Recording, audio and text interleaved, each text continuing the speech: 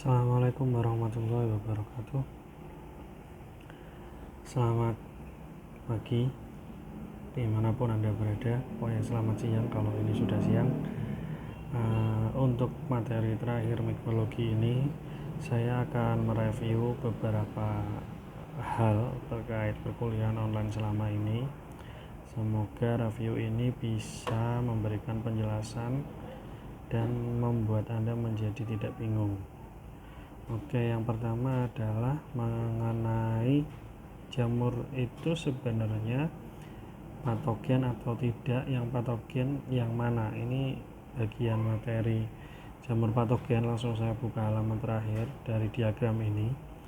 Bisa dilihat bahwa kategori dari jamur fungal agent atau agen jamur itu ada dua. Ada true fungal pathogen atau patogen yang sebenarnya, ada yang opportunistic fungi.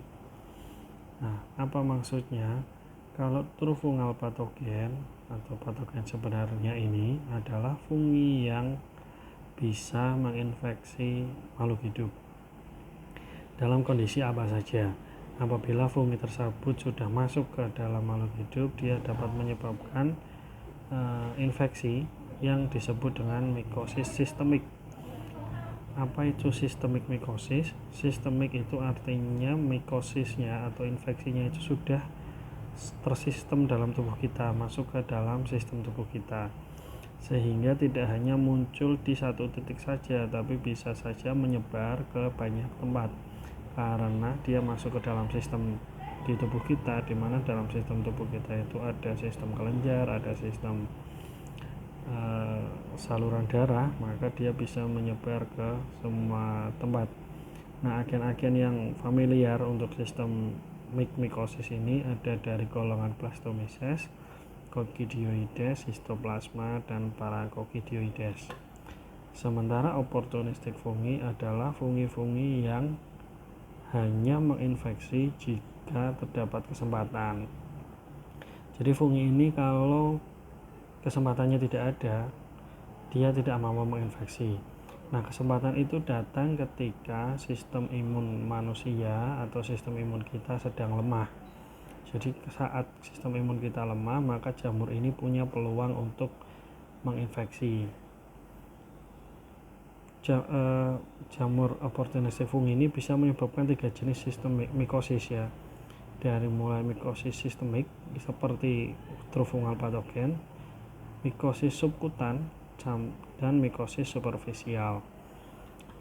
Jenis-jenis jamurnya ini. Pada mikosis sistemik itu bisa disebabkan oleh Aspergillus, Candida, Cryptococcus, Pneumocystis, dan Mucor. Pada superficialis mikosis ini ada golongan Dermatophyta dan ada jenis Malassezia. Sementara pada yang subkutan atau cutaneous mikosis ini, ada yang menyebutnya juga mikosis intermediate, artinya pertengahan antara superficial dengan sistemik. Itu adalah Chlomoblastomycosis dan Phaehypomycosis, miselial fungi, dan Sporotrix. Oke, baik, selanjutnya kita masuk materi selanjutnya mengenai mikosis superficialis. Mikosis sendiri, mikosis itu infeksi jamur, disebutnya mikosis, itu terbagi menjadi 3 berdasarkan tempat infeksinya. Ada superficial, ada subkutan, ada sistemik. Tempat infeksi ini maksudnya lapisan dari tubuh kita yang terinfeksi. Jika hanya menginfeksi bagian paling luar atau stratum corneum kulit kita, ini kalau digambar ini dia hanya yang paling luar nih, bagian yang kalau tergores itu belum sakit. Nah, ini yang menginfeksi bagian stratum corneum itu disebut mikosis superficialis. Sementara kalau masuk ke bawah lapisan epidermis atau lapisan subkutan, ini epidermis dan dermis masuk daerah sini, dermis itu termasuk golongan mikosis subkutan. Jadi kalau dia sudah menyebabkan infeksi yang sampai bernanah segala macam, itu biasanya subkutan. Kemudian sistemik mikosis atau mikosis sistemik ini kalau masuk ke dalam sistem tubuh kita, masuk ke lebih dalam sehingga bisa menyebar ke seluruh tubuh. Oke, kita lanjut mengenai mikosis superficialis. Mikosis superficialis adalah ketika jamur menginfeksi lapisan luar stratum corneum kulit, kuku, dan rambut. Nah, ini kalau kita lihat gambarnya, secara umum bagian dari kulit itu ada stratum corneum, lalu ada banyak stratum yang lain sampai sebelum masuk ke dermis. Nah, pada mikosis superficialis ini hanya pada lapisan stratum corneum. Mengenai lapisan permukaan kulit yang mengandung kitin, ya, ini kurang. Kemudian terbagi dalam dua kelompok. Jadi mikosis superficialis ini ada dua kelompok. Yang pertama adalah non dermatofita, yang kedua dermatopita. Dermatopita itu sendiri, derma itu artinya dermis atau kulit, pita itu artinya tumbuhan, jadi sesuatu yang tumbuh di kulit. Lanjut, yang pertama kita bahas dulu mikosis superficialis non dermatopita, jadi yang tidak tumbuh di kulit, kira-kira begitulah, yang tidak berasal dari tumbuh-tumbuhan kulit. Nah, jadi jamur di sini kadang disebut sebagai tumbuhan, ya. Vita itu sebenarnya biasanya untuk tumbuhan. Yang pertama ada Tinea versicolor atau mikosis, Phaedra, onychomycosis, dan Tinea nigra. Apa itu? Mari kita lihat. Pertama, Tinea versicolor ini adalah panu. Tinea versicolor atau disebut juga Pityriasis versicolor disebabkan oleh Malassezia furfur. Gambaran klinisnya ya seperti halnya panu, ya, bersak kecil, melebar, bersisik. Pada orang kulit berwarna seperti kita itu akan terjadi hipopigmentasi. Jadi kenapa berwarna putih itu karena kekurangan pigmen. Sementara pada orang berkulit terang, misalnya orang orang Kaukasoid itu, orang Eropa itu malah hiperpigmentasi. Jadi warnanya akan lebih tua dari kulit di sekitarnya. Tumbuh dalam stratum corneum berupa kelompok sel bulat, bertunas, dinding tebal, hifa pendek dan bengkok mengenai kulit tubuh bagian atas, ya, bisa di leher, muka, dada, perut, dan lain-lain. Ini contoh gambarannya. Ini gejalanya panu sudah tahu semua. Ini gambar jamurnya. Jadi dia tipe jamur sel raki, ya, bulat-bulat oval. Lalu ada otomikosis. Ini adalah infeksi fungi pada lubang telinga. Jadi kalau lubang telinga Anda kemasukan spora jamur, lalu sistem imun tubuh kita itu sedang turun, bisa-bisa jamur yang ada di lubang telinga itu akan menginfeksi dan menimbulkan otomikosis. Penyebabnya dari jenis Aspergillus, Penicillium, Mucorrhizopus, dan Candida. Gejala berupa rasa penuh, jadi telinga akan terasa penuh. Sering terjadi infeksi sekunder dari bakteri, yang dirasakan adalah gatal dan nyeri.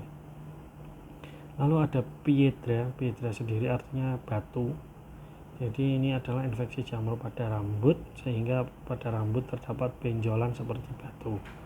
Nah, Phaedra sendiri terdiri dari Phaedra putih dan Phaedra hitam. Phaedra hitam ini disebabkan jamur Phaedra hortae. Klinisnya benjolan keras berwarna coklat kehitaman, suka dilepas, kalau disisir itu bunyi. Rambutnya mudah patah di tengah. Ini gambarannya Phaedra hitam.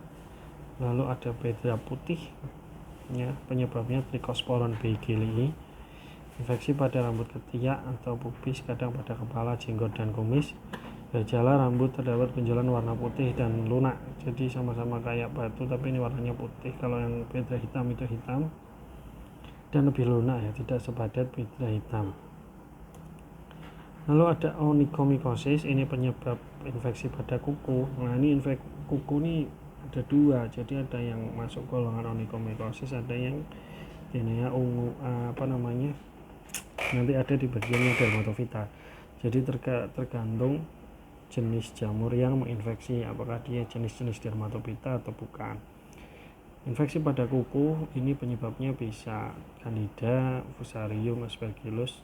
Jika disebabkan oleh jamur dermatofita disebut Tinea unguium. Nah, ini nanti dibahas di bagian dermatofita. Gejalanya dapat terjadi pada suatu kuku atau lebih. Bedanya apa sih onychomycosis dan Tinea unguium ini? Bedanya adalah titik awalnya.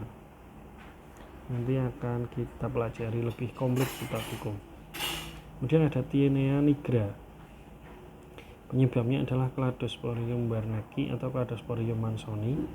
Secara klinis akan tampak di telapak tangan atau di telapak kaki timbul bercak-bercak hitam, kadang bersisik dan gatal. Selanjutnya kita masuk ke superficialis dermatophyta. Nah, kita bicara penyebabnya dulu. Mycosis dermatophyta ini disebabkan oleh 3 genus jamur. Jadi kalau tadi penyebabnya ada Malassezia, ada Candida, kalau ini yang superficialis ini penyebabnya hanya ada 3 genus, Trichophyton, Mycosporum, dan Epidermophyton. Kalau disebabkan Trichophyton disebut trichophytosis, kalau disebabkan Microsporum disebut microsporosis, kalau disebabkan Epidermophyton disebut epidermophytosis. Yang pertama ini Trichophyton. Ada yang pertama Trichophyton mentagrupites. Koloninya granuler serbuk, warna koloni ros hitam, mikroskopis, banyak mikrokonidia. Di kuncinya ini mikrokonidia tersusun seperti buah anggur, jadi ngumpul ya. Sementara makrokonidianya berbentuk seperti pensil dengan ujung tumpul. Ini gambarnya. Jadi ini mikrokonidianya ini ngumpul kayak buah anggur. Berbeda dengan Trichophyton rubrum yang mikrokonidianya itu seperti tetesan air mata. Maksudnya ini dia nggak ngumpul nih, dia sepanjang hifa ada satu-satu.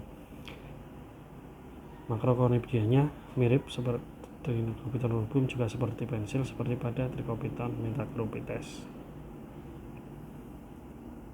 Lalu ini Microsporum. Ini ada Microsporum canis, koloni berwarna kuning jingga.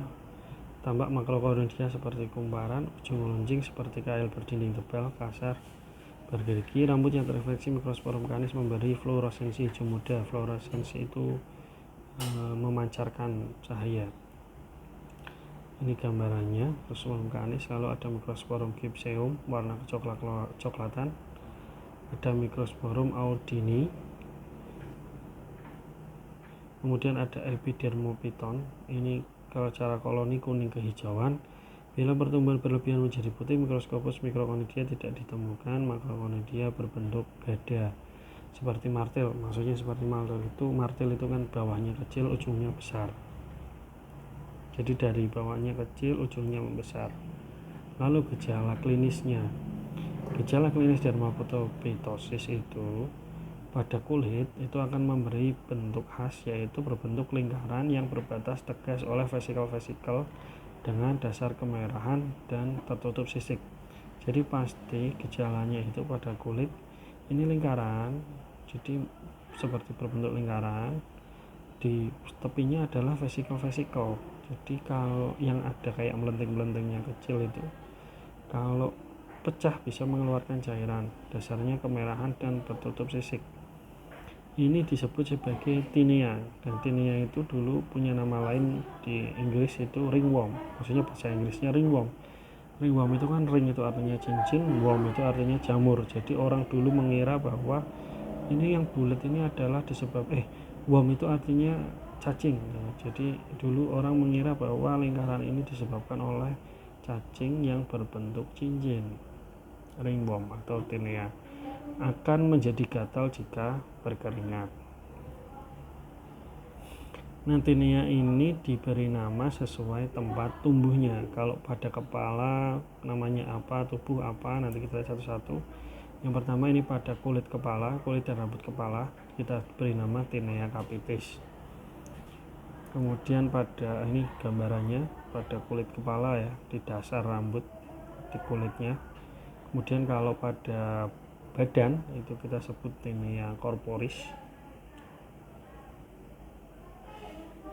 Ini gambarannya. Kalau pada lengan ini kita sebut Tinea imbricata. Bisa saja badan, cuma bedanya apa dengan Tinea sebelumnya corporis ini? Kalau ini masih ringworm biasa, kalau ini sudah mulai keras, jadi seperti susunan genteng, sudah sisiknya itu sangat keras. Kemudian Tinea favosa ini juga mengenai kulit kepala tapi juga lebih keras. Kemudian Tinea cluris ini jika ada pada kelamin atau bagian selakangan. Mengenai kulit daerah inguinal pada bagian dalam perineum.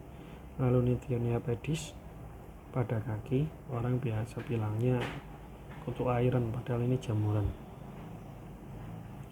Lalu tinea barbae ini kalau pada dagu ya. Lalu tinea ongoyum, nah ini pada kuku. Jadi bedanya kalau tinea ongoyum untuk penyebabnya adalah jamur-jamur dermatofita, kalau otomycon tadi yang pertama yang non dermatofita itu ya penyebabnya candida dan kawan-kawan. Lalu lanjut ke mikosis subkutan. Mikosis subkutan adalah mikosis yang menyerang lapisan subkutan. Jadi ini layer subcutaneous layer. Fungi ini menyerang dermis atau jaringan subkutan. Nah, supaya dia bisa masuk sampai ke jaringan subkutan, maka infeksi ini terjadi akibat dari masuknya fungi melalui trauma, abrasi kulit atau luka tusuk. Jadi kalau kulit kita terluka dalam artian sampai korengan atau tergores yang cukup dalam sehingga masuk ke jaringan dermis, ini kalau dibiarkan terbuka tidak ditutup bisa kemasukan spora jamur dan menyebabkan mikosis subkutan. Penyebab umumnya adalah fungi saprofit yang banyak ditemukan pada tanah atau tanaman yang membusuk. Jadi kalau orang yang ya nggak pakai sendal di kebun terus di tanah terus kakinya sobek kena beling apa kena ranting pohon, nah itu bisa saja sobekannya itu terdapat spora jamur di dalamnya. Secara umum nih ada 4 yang paling sering dijumpai. Yang pertama adalah sporotrikosis kalau disebabkan oleh jenis Sporotrichum. Ini gambarnya. Tempat masuknya trauma pada kulit, biasanya anggota gerak, jarang dapat melalui inhalasi ya. Kemudian ini gejalanya, jadi dia menyebar melalui aliran limfa. Lesi lokal terbentuk seperti pusula. Jadi awalnya ini abses itu kayak bisul kecil gitu, tapi karena dia sudah menyebar melalui aliran limfa, maka dia bisa saja muncul ini garis begini ini karena aliran limfanya di sini. Dia muncul di tempat-tempat yang dia singgahi. Kemudian gambaran klinisnya bisa dibaca pada materi ya. Kemudian ini diagnosa laboratorisnya, spesimen yang diambil adalah biopsi dari jaringan yang terinfeksi. Kemudian selanjutnya ada chromoblastomikosis, disebabkan oleh fungi golongan Dermateciae. Paling sering ditemukan adalah Pialopora CS. Ini gambarannya, fungi masuk melalui trauma, terutama pada anggota gerak. Tumbuhnya lambat ya, jadi bisa berbulan-bulan sampai hitungan tahun. Ini yang sampai parah, diagnosanya juga diambil lab biopsi. Ini mesetoma kalau pada kaki ya. Kumpulan gejala sindrom disebabkan jamur pada jaringan bawah kulit berupa pembengkakan kantong absel dengan fistal, mengeluarkan butil atau granul. Disebabkan bisa oleh fungi, bisa oleh bakteri.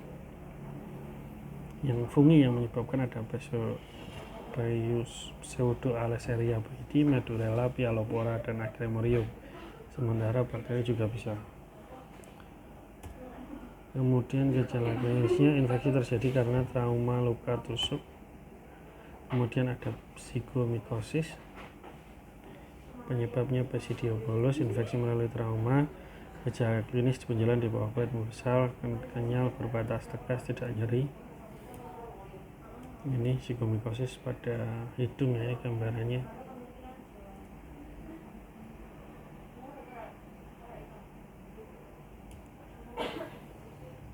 Oke, selanjutnya adalah mikosis sistemik. Ini disebabkan oleh jamur saprofit, semuanya bersifat dimorfik. Nah, bedanya dengan yang subkutan, kalau tadi itu luka pada kulit, maka sistemik ini biasanya disebabkan oleh inhalasi. Jadi terhirup saat kita menghirup udara. Maka kalau sedang praktek praktek atau penelitian nanti kalau yang menghadapi jamur yang sudah ditumbuhkan itu sebaiknya ya APD-nya lengkap ya supaya tidak terhirup spora-sporanya. Biasanya awalnya asimptomatis tidak menunjukkan gejala, biasa terjadi pada orang tertentu yang mempunyai daya imun rendah dan bisa bersifat fatal ya. Bisa sampai untuk infeksi organ dalam. Yang pertama ada kokidiomikosis, penyebabnya Coccidioides immitis. Yang diambil itu spot pus, bisa sputum. Jadi kalau sistemik itu maka spesimennya dia bisa diambil itu banyak ya. Bisa dari dahak, bisa dari pus, cairan spinal bisa, biopsi jaringan bisa, darah juga bisa karena infeksinya sistemik gitu. Jadi si jamur ini tidak berada di satu titik saja. Ini silahkan dibaca. Kemudian ada histoplasmosis, ini mikosisnya intrasel ya, jadi di dalam sel, sangat kecil sekali pada retikulum endoplasma. Lanjut, kemudian histoplasmosis ini disebabkan oleh histoplasma capsulosa. Nah ini mengulang. Lanjut bisa dibaca. Lalu ada blastomikosis disebabkan oleh blastomyces dermatitis. Penyebabnya inhalasi ya, jadi kalau kita sampai menghirup spora jamur itu sangat berbahaya. Ini tampak gejalanya. Ada juga paracoccidioides, infeksinya inhalasi. Nah, bisa juga disebabkan oleh mikosis oportunistik yang masuk melalui jalur inhalasi. Kemudian ada kandidiasis. Nah ini kandidiasis ini bisa sistemik, bisa superficial. Ini mikosis yang disebabkan oleh jamur oportunistik. Yang pertama adalah kandidiasis. Penyebabnya paling sering adalah Candida albicans, merupakan flora normal dari kulit pada membran mukosa juga. Membran mukosa itu di mulut, tenggorokan, vagina juga, traktus gastrointestinal ya, saluran pada lambung dan intestin juga bisa. Kelainannya dapat bersifat superficialis atau sistemik. Jadi bisa sederhana atau dampaknya tidak besar, bisa saja. Kalau sistemik ya berarti sangat berbahaya. Morfologinya berbentuk yeast ya, pseudohifa atau hifa pendek.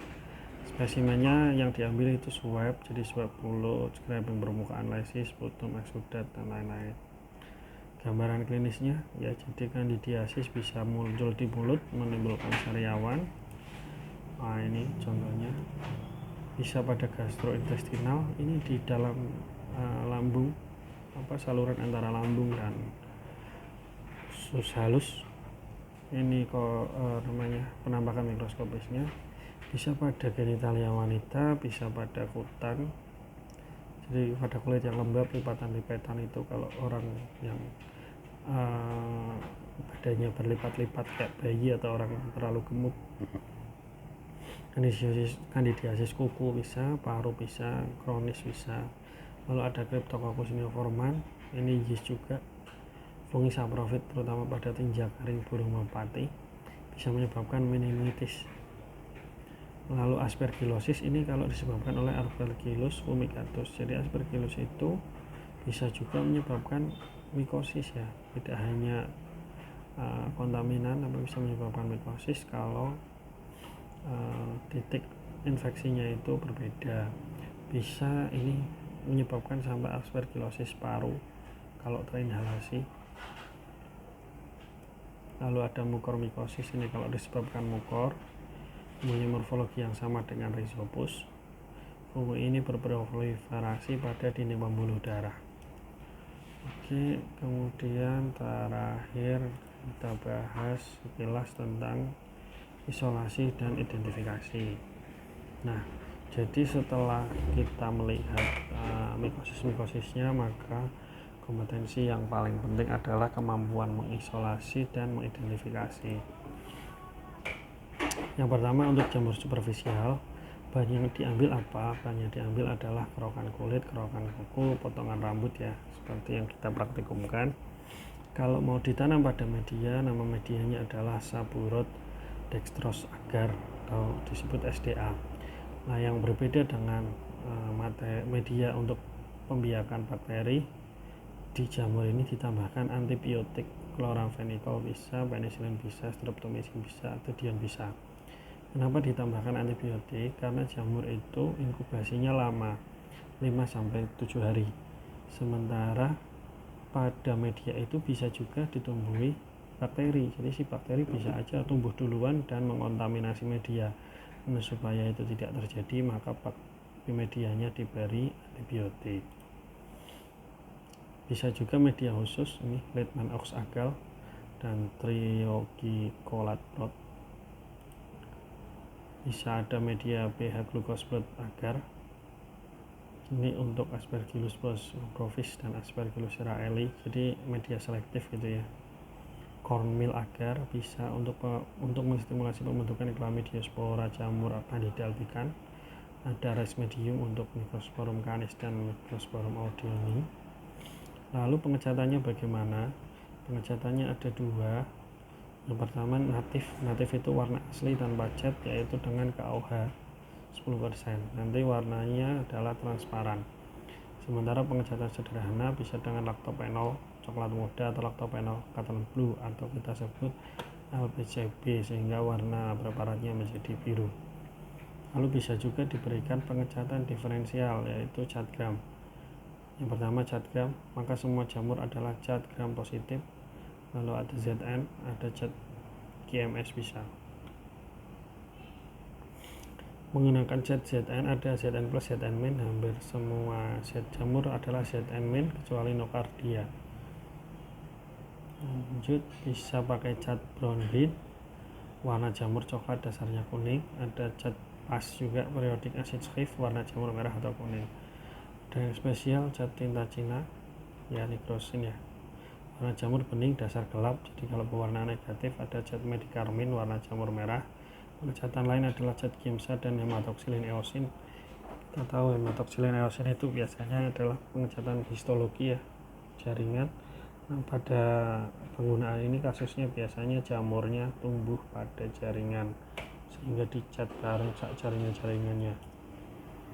Cara pengambilan jamur superficialis ya, dikerok seperti sudah kita praktekkan kalau pada kulit. Nah, kalau pada anak kecil atau orang-orang yang susah untuk dikerok, maka kita bisa pakai selotip sehingga tidak sakit. Cara itu pada kulit. Kemudian untuk kuku juga dikerok dengan scalpel untuk mengerok kuku. Bagian yang dikerok jika bagian diskal adalah pada bagian bawah kuku, jika pada proksimal adalah di bawah kulit dengan sedikit diangkat. Lalu ditambung pada petri. Jika pada rambut, maka rambut dipotong di bagian yang dicurigai. Ini ya kenapa tadi pada kuku itu ada distal, ada proksimal, itu karena bentuknya beda, bentuk infeksinya beda. Cara isolasinya silakan, jadi dari jamur yang sudah disampling bisa langsung ditanam pada media SGA menggunakan ose. Tutup media, tanam pada suhu 37 derajat selama 5-7 hari. Jadi inkubasinya lama. Pemeriksaannya bisa makroskopis, bisa mikroskopis. Kalau makroskopis itu dilihat koloninya apakah kasar atau halus, warnanya bagaimana, dan konsistensinya. Pada mikroskopis ya kita lihat menggunakan pewarnaan pada mikroskop. Ini untuk membuat sediaan dari media biakan. Jadi kalau sudah ditanam pada media ya tinggal kita ambil saja dengan jarum atau ose, kemudian letakkan objek gelas, diberi LPCB, lalu diperiksa. Ada juga pemeriksaan mikrokultur atau set kultur. Ini dengan cara mikrokultur spora, letak spora, hifa dapat dilihat lebih jelas. Jadi ini jamurnya ditanam langsung di media yang ditempatkan pada objek gelas. Jadi medianya tidak di cawan petri tapi pada objek gelas. Dengan demikian maka nanti objek gelas ini bisa langsung dilihat di bawah mikroskop dan menampilkan gambaran jamur yang utuh, kelihatan sporanya, kelihatan hifanya. Pada suhu kamar 1x24 jam saja, jangan lama-lama. Takutnya kalau sampai 5 hari nanti terlalu penuh. Ini untuk isolasi identifikasi jamur subkutan. Bahan yang diambil ini bisa pus atau nanah, aspirasi cairan atau biopsi. Jadi kalau pada subkutan itu bisa menimbulkan infeksi ya yang berbentuk abses. Abses itu dalamnya adalah nanah atau cairan. Nah, itu bagian itu yang diperiksa.